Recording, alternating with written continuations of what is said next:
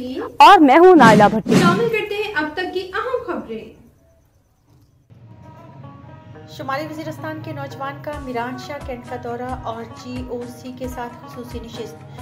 शुमाली वज़ीरिस्तान के नौजवान ने मीरान शाह कैंट का दौरा किया और GOC major general Adil Iftikhar से खुसूसी मुलाकात की। नौजवान ने अमन अमान खराब करने वाले इंतहा पसंद अनासर से सख्ती के साथ निपटने की ज़रूरत पर जोर दिया। इस दौरान नौजवान की कलीदी किरदार और उनकी इनफरादी और इज्तिमाई जिम्मेदारियों पर मुफस्सल गुफ्तगू की गई। नशिस्त के दौरान मुल्की सिक्योरिटी मसाइल और उनसे निपटने में नौजवानों के मरकजी किरदार और इसकी अहमियत को उजागर किया गया।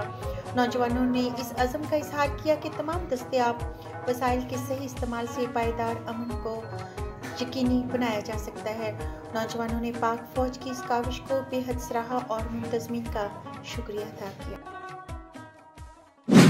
अब तक के लिए इतना ही। मज़ीद खबरों और अपडेट्स के लिए देखते रहें साहिबा न्यूज़ HD।